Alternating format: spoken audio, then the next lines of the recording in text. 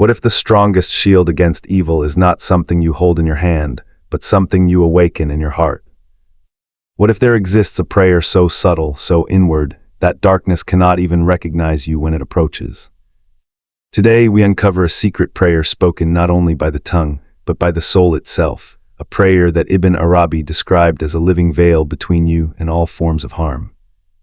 Evil does not always arrive with noise or violence. Most of the time it comes quietly, through fear, doubt, arrogance, envy, despair, and forgetfulness of God. According to Ibn Arabi, the greatest danger to a human being is not an external enemy, but the moment the heart disconnects from divine presence. When that connection weakens, evil finds a doorway. When it is strong, evil has no address to reach. The secret prayer that shields a person from evil is not merely a set of words recited mechanically. Ibn Arabi teaches that true protection comes from continuous awareness of God, a state where the heart is never absent, even if the tongue is silent. This inner prayer is called hudor, presence. When the servant is present with God, God becomes the servant's guardian. Ibn Arabi explains that evil cannot touch what it cannot comprehend. When a person prays from ego, from fear, or from desire alone, the prayer remains on the surface. But when prayer rises from surrender, when the heart says, "I have no power except through you," that prayer creates a spiritual light. Darkness does not fight light, it simply disappears. This secret prayer is rooted in absolute trust, not asking God to remove evil, but recognizing that nothing moves without God's permission. In this recognition, fear dissolves. And when fear dissolves, evil loses its strongest weapon. Ibn Arabi says the protected servant is not the one who avoids hardship, but the one who sees God within hardship. The essence of this prayer is La hawla wa la quwwata illa billah. There is no power and no strength except through God. But Ibn Arabi reminds us, if this phrase is only on the tongue, it is weak. If it settles in the heart, it becomes a fortress. The heart then stops relying on the self and begins resting in the divine. When this prayer becomes a state of being, not only words, a transformation occurs. The person no longer reacts blindly. Anger slows, envy fades, fear loses its grip. Evil influences bounce back because there is nothing inside to receive them. According to Ibn Arabi, evil feeds on inner emptiness, presence starves it. This prayer also shields because it aligns the servant with divine wisdom. Instead of asking, "Why is this happening to me?" the heart whispers, "What is God revealing to me through this?" That shift alone dismantles evil's purpose. Trials no longer break the person, they refine them. Ibn Arabi teaches that God himself becomes the hearing, the seeing, and the guarding of the servant who remains in constant inner prayer. Such a person walks on earth but is surrounded by an unseen sanctuary. Harm may pass nearby, but it cannot enter what God is protecting. The secret prayer then is not secret because it is hidden, but because few live it. It is the prayer of surrender, presence, and trust. When you carry God in your awareness, you are never alone. And where God is remembered, evil has no authority. Evil does not begin outside of the human being. It begins the moment the heart forgets its source. According to Ibn Arabi, the world itself is not divided into sacred and profane spaces, only hearts are. When the heart is present with God, even the most dangerous place becomes safe, and when the heart is absent, even paradise can feel empty. Evil finds no independent power of its own. It survives by exploiting heedlessness. The moment awareness fades, the soul becomes vulnerable, not because evil has grown stronger, but because remembrance has weakened. Ibn Arabi explains that God is always near, closer than one's own breath, but the human being is often far. This distance is not physical, it is a distance of attention. When the heart is distracted by ego, desire, fear, or pride, it becomes fragmented. In that fragmentation, negative forces gain influence. Evil does not knock loudly, it slips through cracks created by forgetfulness. This is why protection is not achieved by fighting darkness directly, but by restoring presence. Light does not argue with darkness, it simply appears. The heart that remembers God is a heart that sees reality clearly. Ibn Arabi teaches that evil is confusion, a misreading of divine signs. When a person loses awareness, they begin to see themselves as separate, abandoned, or self-sufficient. From this illusion arise arrogance, despair, jealousy, and anger. These inner states are not merely emotions, they are spiritual openings. Evil enters through these openings because they disconnect the servant from divine unity. Awareness in Ibn Arabi's vision is not constant verbal remembrance, but a subtle attentiveness that watches the movements of the soul. When a person becomes conscious of their inner states, they stop reacting blindly. This consciousness acts like a guard at the gate of the heart. Thoughts are noticed before they harden into intentions, and intentions are examined before they become actions. In this way, awareness prevents evil not by suppression, but by illumination. Heedlessness, on the other hand, makes the heart heavy. A heavy heart cannot perceive divine guidance even when it is present. Ibn Arabi describes such a heart as veiled, not because God has withdrawn, but because the servant has turned away. In this state, even prayers lose their power because they are spoken from habit rather than presence. Words without awareness are like empty shells. They resemble prayer but do not protect. True protection begins when the servant realizes that remembrance itself is the shield. To remember God is to stand within divine order. In that state, events no longer appear random or hostile.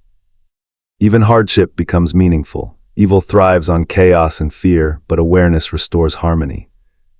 When the heart recognizes God as the sole actor behind all events, panic dissolves, and with it the influence of evil. Ibn Arabi emphasizes that awareness transforms perception. The same event that breaks one person refines another. The difference lies not in the event, but in the heart's presence. An aware heart asks, "What is God showing me here?" A heedless heart asks, "Why is this happening to me?" The first question opens wisdom, the second opens resentment. Evil attaches itself to resentment because it feeds on resistance to divine will. When awareness deepens, the servant stops seeing evil as an external enemy and begins recognizing it as a lack of alignment. This realization is liberating. The servant no longer lives in constant fear of harm, curses, or unseen forces. Instead, they focus on maintaining presence. Ibn Arabi teaches that when the heart is aligned with God, nothing can act against it without becoming part of divine wisdom. Thus, protection is not something added from outside, it is a natural result of remembrance. Awareness gathers the scattered soul and brings it back to unity. In unity, there is no space for evil to settle. The heart becomes like a clear mirror reflecting divine light, and darkness cannot cling to what reflects only truth. Fear is not merely an emotion in Ibn Arabi's understanding. It is a spiritual condition that reshapes how reality is perceived. When fear takes hold of the heart, it creates the illusion that power exists outside of God. This illusion is the true doorway through which evil enters. Fear whispers that harm has its own authority, that people, events, or unseen forces can act independently, and the moment the heart believes this, it steps out of divine protection without realizing it. Ibn Arabi teaches that all fear is born from misattribution. The human being fears creation because they forget the Creator. When the heart attributes power to circumstances, to enemies, to loss, or even to death itself, it fractures the unity of divine action. This fracture becomes a vulnerability. Evil thrives not because it is strong, but because fear convinces the soul that it is weak and alone. In that psychological and spiritual isolation, the soul becomes easy to influence. The recognition that all power belongs to God alone is not a philosophical statement. It is a lived realization that restructures the inner world. When this recognition settles in the heart, fear loses its foundation. One may still feel caution, sadness, or concern, but existential fear dissolves.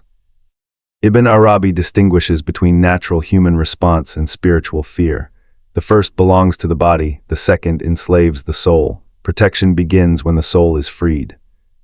Fear also distorts intention. A fearful person prays defensively, acts aggressively, and trusts conditionally. Even worship can become a transaction driven by anxiety rather than love. Ibn Arabi warns that a prayer rooted in fear still carries the imprint of ego because it assumes separation between the servant and God. True trust, on the other hand, removes the sense of distance. When a person knows that nothing moves without divine will, prayer becomes surrender rather than panic. Evil exploits fear by amplifying imagined futures. The heart begins to live in what has not happened, rehearsing loss, betrayal, humiliation, or destruction. This imagined suffering drains spiritual strength. Ibn Arabi explains that evil has no creative power, it only manipulates attention. When attention is hijacked by fear, the present moment, which is the only place where God is truly encountered, is abandoned. In abandoning the present, the servant abandons protection. Recognizing divine power restores the present moment. The heart returns to now, and in now, God is nearer than any threat.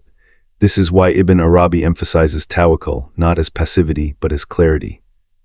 Trust is seeing things as they are, not as fear paints them. A trusting heart understands that even apparent harm operates within divine wisdom. This understanding does not eliminate pain, but it eliminates despair, and despair is one of evil's most effective tools, when prayer transforms from a repeated action into a lived state. The entire relationship between the servant and God changes. Ibn Arabi teaches that most people pray as visitors, arriving at the door of the divine for brief moments and then returning to forgetfulness. But when prayer becomes a state of being, the servant no longer visits God, they dwell in remembrance. In this dwelling, protection is no longer requested, it is assumed, because the servant is no longer standing alone. A ritual prayer performed without presence still holds value, but its effect is limited. It protects the action, not the being. Ibn Arabi explains that evil does not target rituals, it targets states of consciousness. A person may pray 5 times a day and still live in fear, arrogance, or resentment. These inner states remain exposed because prayer has not yet seeped into the heart. When prayer becomes continuous awareness, the heart itself begins to pray even when the body is silent. This state of prayer reshapes identity. The servant no longer defines themselves by personal strength, intelligence, or control. Instead, they see themselves as a vessel through which divine will flows. This shift is crucial because evil feeds on the illusion of independence. When the ego claims ownership over outcomes, success breeds pride and failure breeds despair. Both are openings. A heart rooted in constant prayer remains balanced because it no longer carries the burden of authorship. Ibn Arabi describes this state as one in which God becomes the guardian not by intervention, but by intimacy. The servant does not ask God to stand beside them, God acts through them. Their seeing becomes guided, their speech measured, their reactions softened. Harmful situations may still arise, but the inner response is transformed. Evil loses its influence because it relies on uncontrolled reactions to gain momentum. When prayer becomes a state, intention is purified. Actions are no longer driven by fear of punishment or hunger for reward, but by alignment. This alignment acts like an inner compass. The servant intuitively avoids paths that lead to harm without needing constant calculation. Ibn Arabi emphasizes that divine protection often manifests as prevention rather than rescue. The protected servant is quietly redirected before danger fully forms. This living prayer also alters how trials are experienced. Instead of seeing hardship as an attack, the heart recognizes it as instruction. Evil seeks to convince the servant that pain is meaningless, that suffering is abandonment. A heart rooted in prayer sees meaning even in difficulty. This meaning does not remove pain, but it removes bitterness. Without bitterness, evil has nothing to attach itself to. In this state, remembrance is no longer forced. The heart remembers God the way the lungs remember air. There is effort in the beginning, discipline in the middle, and natural flow at the end. Ibn Arabi teaches that when remembrance becomes natural, divine attributes begin to reflect through the servant. Mercy tempers anger, wisdom restrains impulse, patience replaces panic. These qualities are not adopted, they emerge. Protection then becomes a natural consequence rather than a goal. The servant stops obsessing over hidden enemies, negative energies, or unseen harm. Their focus remains on presence. Ibn Arabi warns that excessive fear of evil ironically magnifies it by granting it attention. The heart anchored in prayer does not deny evil's existence, but it refuses to center it. What is not centered loses power. This is why such a servant becomes a living sanctuary. Their presence calms rather than provokes. Conflict loses intensity around them. Even when confronted with hostility, they respond without feeding it. Evil thrives on reaction. A heart in prayer responds from clarity, not impulse. In that clarity, God's guardianship is not dramatic, but constant. When prayer becomes a state of being, the servant no longer asks who will protect them. They realize that protection was never external. It was always the natural condition of a heart that remembers God without interruption.